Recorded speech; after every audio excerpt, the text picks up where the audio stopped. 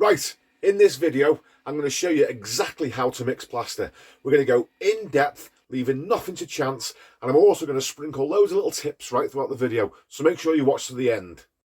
The tools you'll need to mix plaster are a mixing bucket, a whisk, or a normal drill with a whisk attachment that you can just buy from Screwfix or Toolstation or where have you.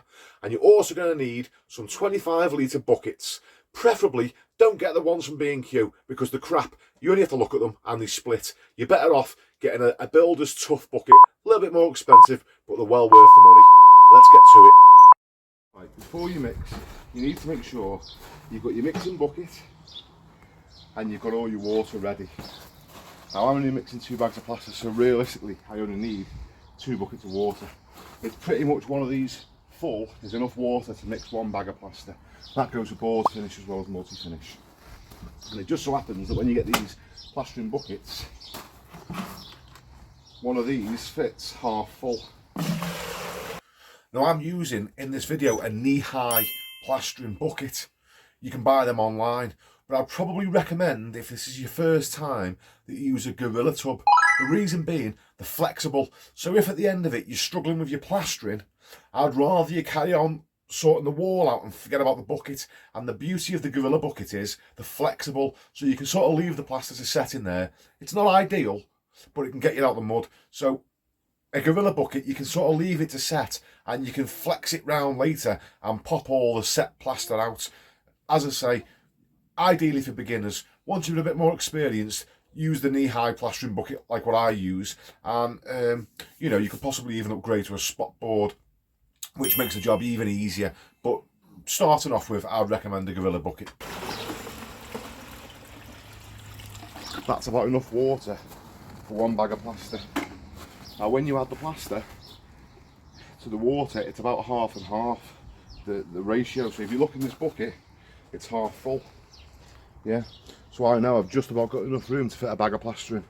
If my bucket was over half full of water, then I know I ain't going to fit the bag of plaster in it. So make sure your bucket's big enough. That's the first part. Now we'll do the mixing. I've got enough plaster for the job that I need. I'm not going to be short. So I've got 2 bags. We'll begin. You want to open these bags with as minimum mess as possible. So put all your paper back there first. Take this tab. Give it a little shake because there'll be plaster inside the tab. Take it off. See here, plaster goes in there, and if you rip that off too fast and you're inside someone's house, there'll be dust everywhere. Put that out the way. Now, water's in first, not plastering first. Water first. Add plaster to water. Nice and slow. If I tip the bag upside down like that, too much, and a big clump of powder falls in, it's all going to splash out. So just add it to it nice and slowly.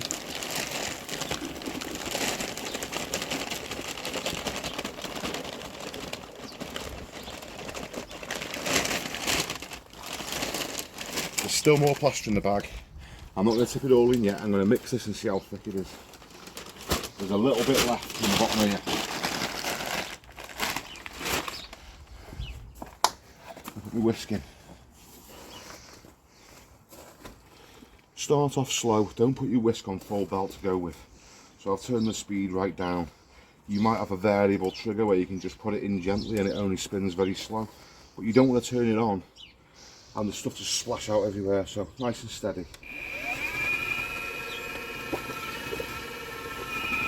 I'm making sure the whisk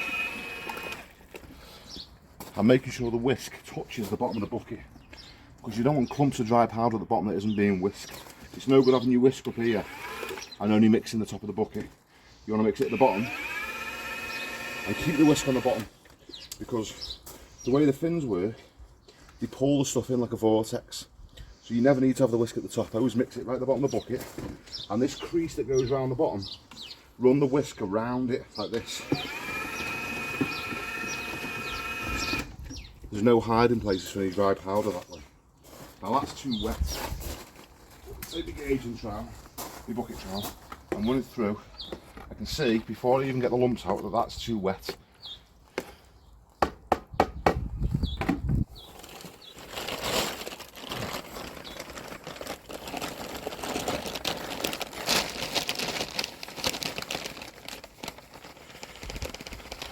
That's it now, the whole bag. And then your empty bag, tidy up all your rubbish.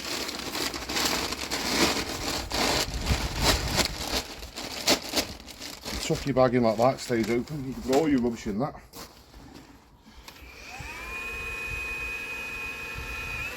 A little bit faster.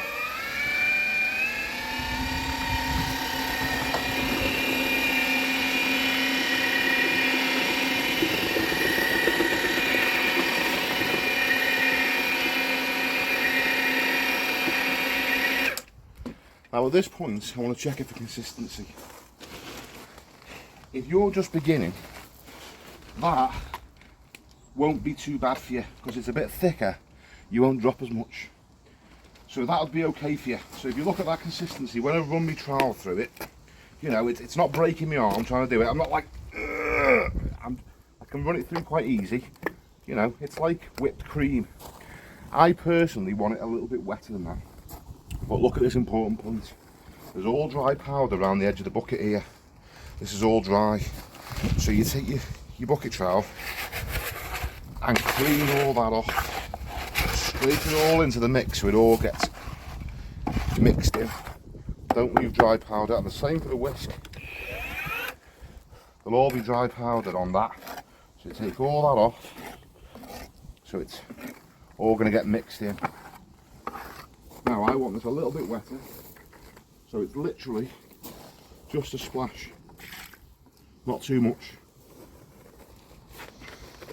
You're better off adding things by little tiny increments. If you put too much water in and then mix it and it's too wet, you might not have enough room in your bucket to put more powder in, and then you're in big trouble. So just do things a little bit at a time. If you want it thicker, a little bit of powder, mix it, check the thickness, a little bit more, mix it, check the thickness.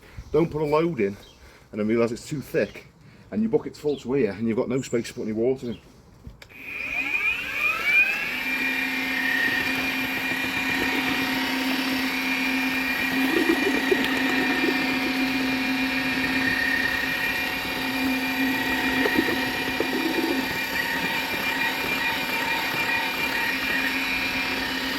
Right, I've got the mix the right consistency now, so now I need to make sure there's no lumps in it.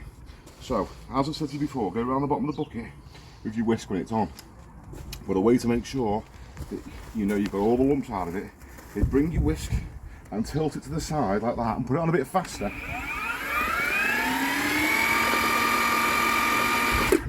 And you see the stuff turning in, it rolls in the bucket. And what you're looking for is any lumps in the stuff to make sure there's no big lumps that all the powder's mixed in. So zoom in a bit closer and you'll see.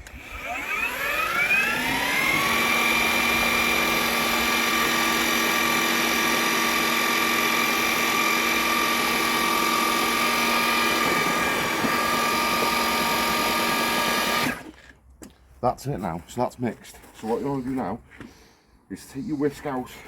It's covered in plastic, give it a little tap. Then wash that off straight away.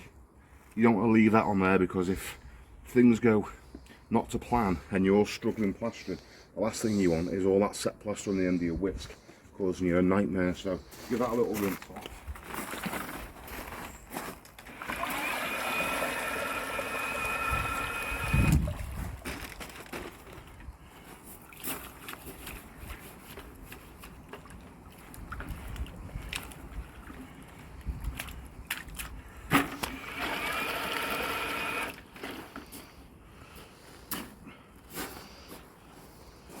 Keep your bucket dry with your bucket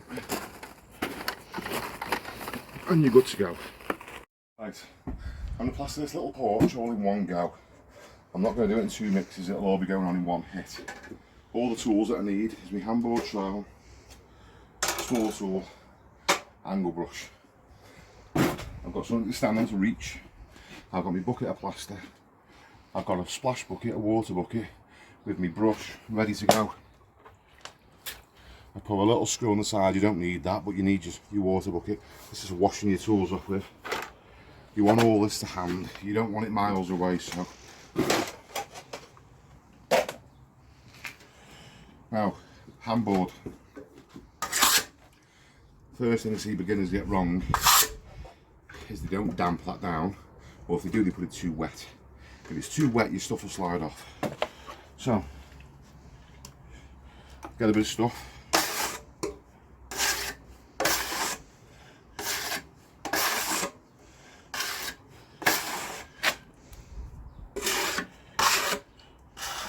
Handboard's primed now. It's damp and it's got a little bit of plaster on it. So now I know the stuff won't slide off. I can put a blob on, give it a little shake like that, and causes suction, and then your stuff won't fall off. See, this is the other thing I see beginners get wrong. They get the handboard and they're trying to scoop plaster off like that. It's not how you do it. You get your handboard, you give it a little wobble. The trowel stays still. It's the handboard that moves. Then you've loaded your trowel up. Come with me. I'm going to start with the ceiling, and then I'm going to work my way around the room clockwise because I'm right-handed. When you put plaster on the wall, it's the back edge that leaves a line. So I want to go clockwise round. If I was left-handed and it was the other way, I'd work anti-clockwise around the room. But I'm going to start with the ceiling anyway. So the ceiling will go on first, and then the walls, and clockwise.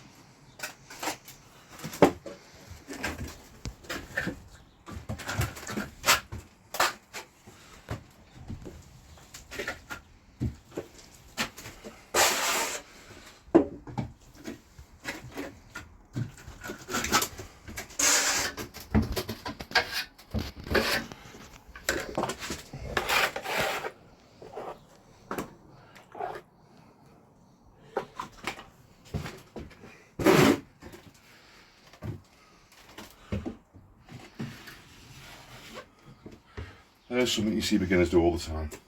They don't fill the corners and the edges in. They sort of go like that. Yeah. Angles all like that, or like that. Right? It's no good. You want to put it on as neat as possible. So, make sure your corners are filled out and are flat.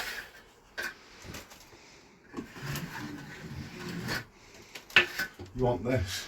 You want it going on as neat as possible. You don't want it going on and leaving big gaps in the corners. You want the whole thing like colouring in when you're a kid. You don't want to go outside the lines and you don't want to miss bits either.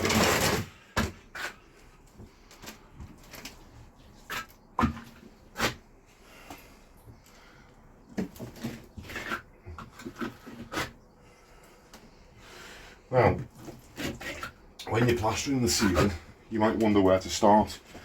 Doesn't really matter, just start at one edge and work your way around. When it comes to walls, you always want to start at the top. If you're right-handed, you start at the top left, as I said to you. The back of the trowel leaves the line, so I'll work from the left to the right to keep covering over that line. If you're left-handed, you go the other way.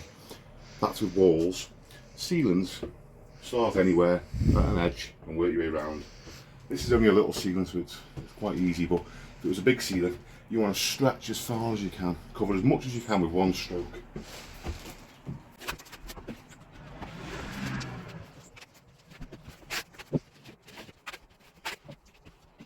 Okay, so your first coat of plaster's on. It's now time to give it a second coat of plaster, or to at least get ready for that. So just come in there and have a look. I'm just finishing putting everything on. All my plastering's on the walls now. And I've got a little bit left in my bucket here. Look at here. There's a little bit left. Now, I need to mix up again. Before I go off and start mixing up, first thing I'm going to do is wash my handboard and trowel off. You don't want any plaster to start sort of setting on them.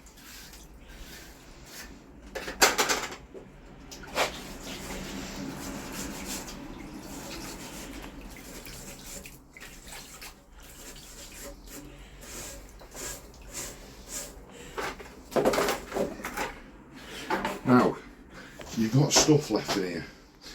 Come with me. If you're an experienced plasterer and you know what you've got on is going to stay wet for a while and you want it to set quicker, I'd mix up on top of this, because this stuff will set the next batch of plaster off quick. But I'm going to show you what you need as a beginner.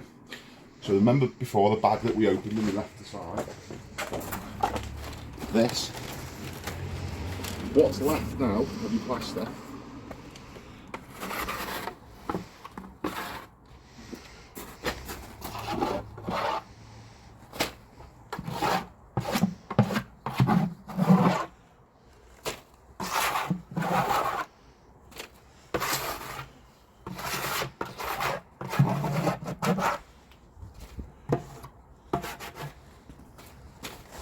and you're left with this. Again, experienced plasterers might mix up with this now and use this old stuff to set the new batch off quicker. But this is what you'll be doing. Take one of your buckets of water.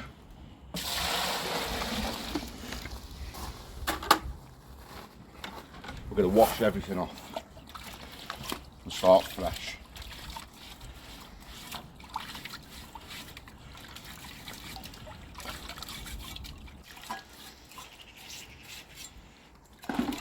Make sure you wash on the top of the bucket.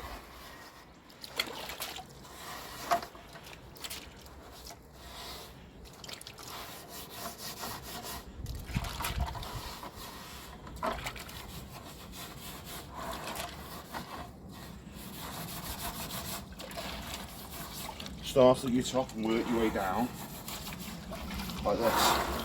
Up here.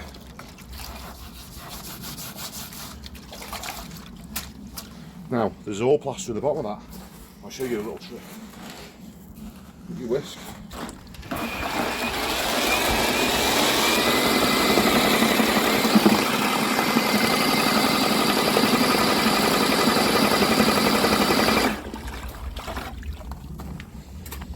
Come and look at this now. Don't let it settle because you'll start getting stuff settling in the bucket.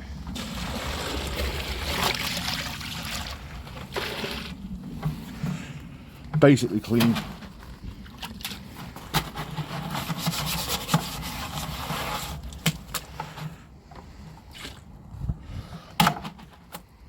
Okay, now I know my first coat took one bag. As a general rule of thumb, your second coat takes half that amount. So if one full bag puts on what I want to plaster, then the next mix needs to be half a bag. So, with a full bucket of water, this is how you work out half a bag. I'll just tip half of this bucket in. That now is only quarter full, which means that when I mix it, I'll have half a bucket. The plaster will be up to about here. Same process again.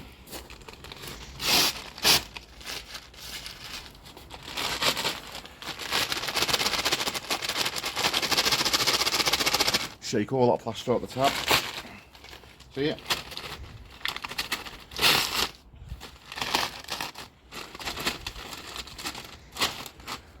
And this is very easy now to mix it too thick. It's very easy to tip too much in.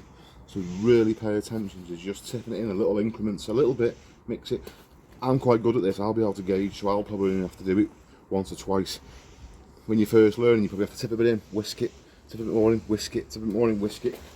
I can pretty much feel how much I need to put in, so.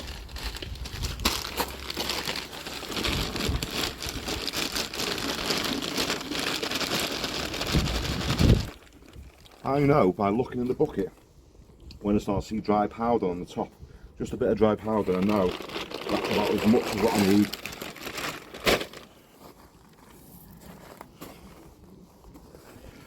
Again, it's more important this time now because the bucket's only half full to make sure that's slow, because the top of the fins is so much closer to the top, it's easy for all the plaster to spray out and you don't want to cover yourself and all your stuff in plaster. If your bucket starts spinning round, pin it down.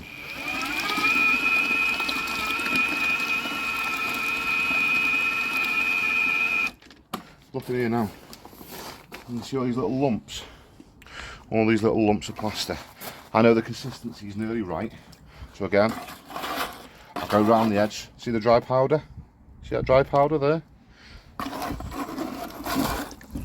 See it all here? All dry powder. I just scraped off the edges. That's what you want rid of.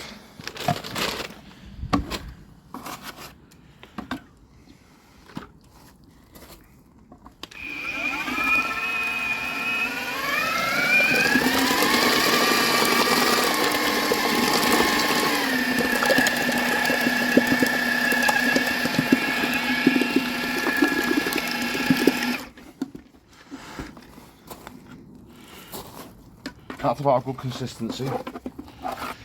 That's about a good consistency. A little bit thick for me. As you're more experienced, you want to use the stuff wetter and wetter. Mainly because the more you're putting on, the more meterage you're putting on the wall, it goes on easier. I mean, you can deal with it thick. If you're doing one wall, it can be quite thick. But what happens is, if you're putting 100 metres on a day, spreading that thick stuff really doesn't half make your arm ache. It won't matter for one wall, but if you're putting lots and lots on, you know, over the course of your lifetime, it's just easier to have it wet. You know, it just goes on so much easier.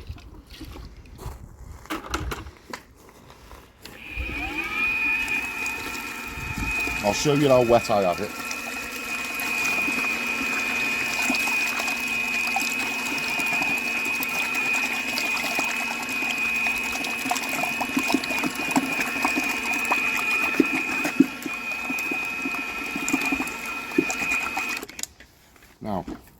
Now, that's a little bit too wet.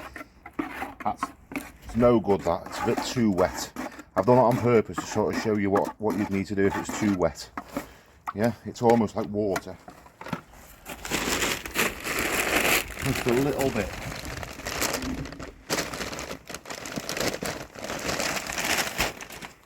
Now every time you add powder, once you've mixed it in, you've got to do the same thing again with the bucket shovel.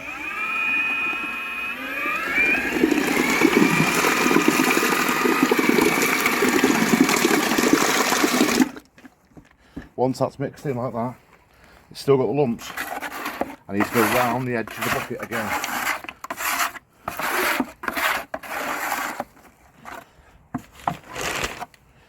Don't do this whilst that's spinning, because if that gets caught in there, well, you'll hurt yourself. Let's put it that way.